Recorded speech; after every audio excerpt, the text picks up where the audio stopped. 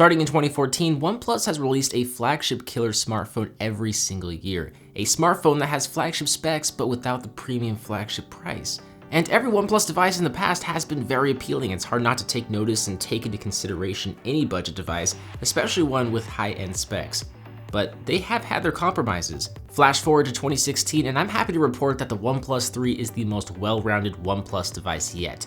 And it has very little compromises relative to the competition and relative to its predecessors. So let's take a step back and take a look at what's new. The OnePlus 3 features a fresh new design, one that consists of a unibody aluminum build construction with apparent antenna lines that resemble the HTC 10. The metal feels great in the hand. It really helps give off a sense of quality when holding the device in the hand.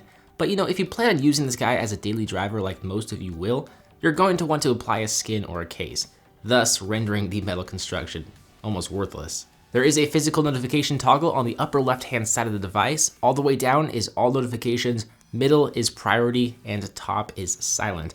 I think it would be pretty neat to be able to change the order of these actions in the settings, but that's currently not available. Another area of the build worth mentioning, there's no microSD card slot for expandable storage. OnePlus assumes the 64 gigabytes of built-in storage will be plenty enough for most people. I think it would be nice to have a dual SIM SD card slot in the next OnePlus device, but I do agree that 64 gigabytes should be enough for most people. Alright, so there's a few things to note about the display. It's a 5.5-inch display and it still features a 1080p resolution, but the display type is AMOLED and not LCD. So black colors look extra inky, there's a lot of contrast on this display. I have no major complaints about the display. It's an excellent panel that gets nice and bright. There is even an sRGB color option in the developer options in the latest update.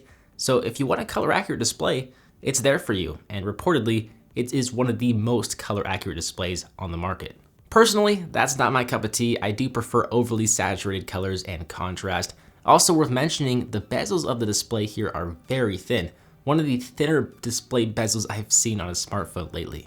Now, the OnePlus 3 has had some controversy over RAM management. It features 6 gigabytes of RAM, which is much more than most smartphones, but it only features a 3000 mAh battery. So in order to save battery life, the performance is throttled, or shall I say prioritized. After a few games and commonly used apps like YouTube and Chrome and Google Play Music are running in the background, the OnePlus 3 would then start to close background apps and restart them when reopened. I say would because with the latest update, RAM management has been improved to allow you to open many more apps and many more graphic intensive games and revisit them without them restarting. So you can have more than like 15 tabs open in Chrome, 3 applications and 3 games open, which is far more than the average person would ever need running in the background. And the OnePlus 3 will be able to revisit those apps without closing or restarting them. It's pretty incredible. It goes without saying the OnePlus 3 is powerful with 6 gigabytes of RAM and a Snapdragon 820 processor, which is found in all of the top-of-the-line flagship smartphones from LG and Samsung and HTC. Geekbench 3 spits out a single-core score of about 2400 and a multi-core score of about 5500. The software experience is very pure and similar to stock Android Marshmallow. The launcher is not the Google Now launcher, it's the OnePlus launcher. It features a separate home screen like Google Now, but for your most recent apps and various contacts and widgets. You can even add notes here if you like. OnePlus calls them memos. I never found myself using it, however, I prefer Google Now, but every other area of the phone resembles stock Android. The overview tray, the notification tray, the settings, and the app drawer. OnePlus does include a bunch of customizable options not found in stock Android. For example, you can add on-screen navigation buttons if capacitive buttons are not your thing. You can even make it so that a long press on the back button will open the last used app, for example, or a double tap on the home button will open up the camera app.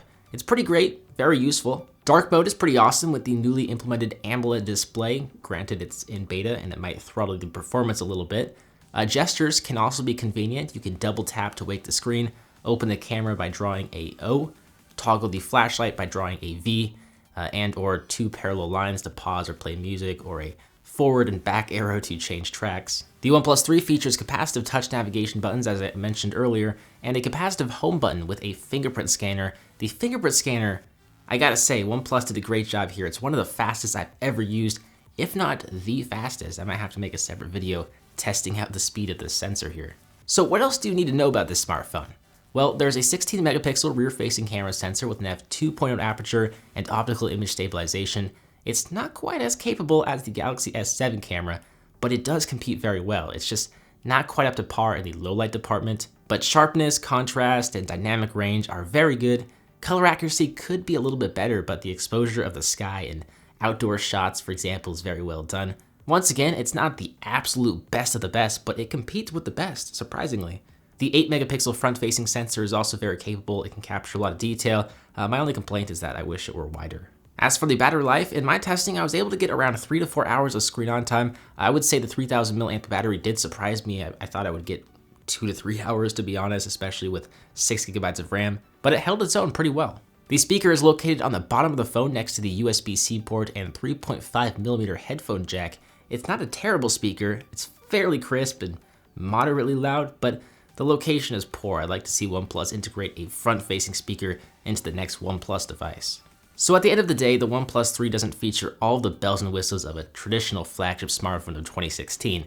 It doesn't feature an IR blaster, it doesn't feature a micro SD card slot for expandable storage, a removable battery, an IP68 water resistance, a DAC headphone amplifier, or front-facing stereo speakers, but it does feature all of the core components that are the building blocks of what makes a great smartphone. You could pay an extra $200, $300, $400 for these bells and whistles, or you could pay $400, which is about half the price of a new flagship smartphone from Samsung, LG, or HTC, and still have an excellent smartphone that will last you a couple of years at least. Best of all, you can now buy the OnePlus 3 without an invite, and it'll work with the GSM carriers here in the United States.